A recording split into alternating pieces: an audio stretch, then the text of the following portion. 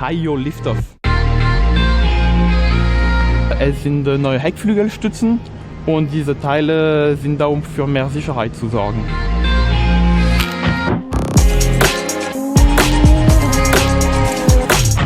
Wenn das Auto sich dreht, herrschen große Auftriebskräfte am Auto und diese Teile sind da, um diese Kräfte zu reduzieren.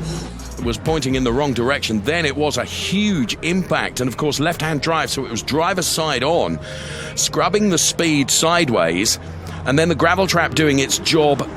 Well, it should do its job, but as you can see, the car was just flying over the gravel, and that's where the impact was made.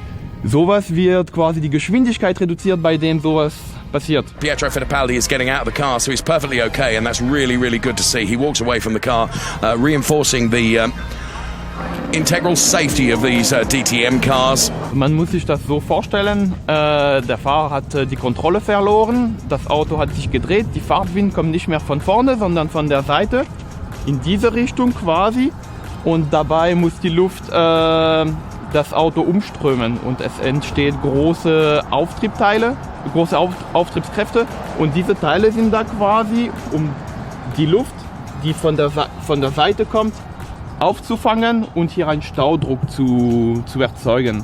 Und dabei wird diesen Sog, diese Auftriebskraft reduziert. Das ist die Idee dahinter.